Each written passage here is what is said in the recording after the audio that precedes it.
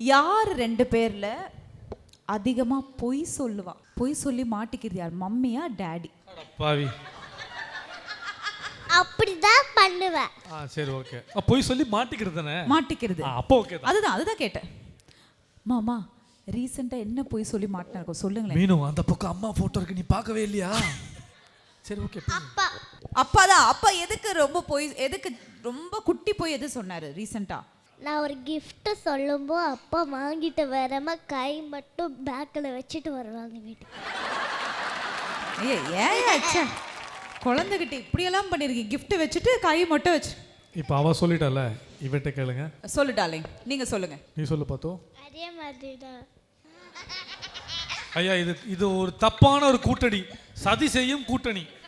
ஐயா, நான் ஒரு தனி கட்சி. இதுதான் முதல் முறையாக இவங்க 2 பேரும் நான் சந்திக்கிறேன். இங்க தான் கூப்பிட்டேன். நான் நிஜமா தனிச்சு நிற்கும் டிவிக்கே இல்ல. ஆக்சுவலா அவர் தனியா தான் நிக்கிறாரு, அதனால நான் சொன்னேன். ஐயா நீங்க ஏன் டிவிக்கே இங்க பதிவு பண்ணீங்க? அவ்வளவுதான். ஏதோ போச்சா?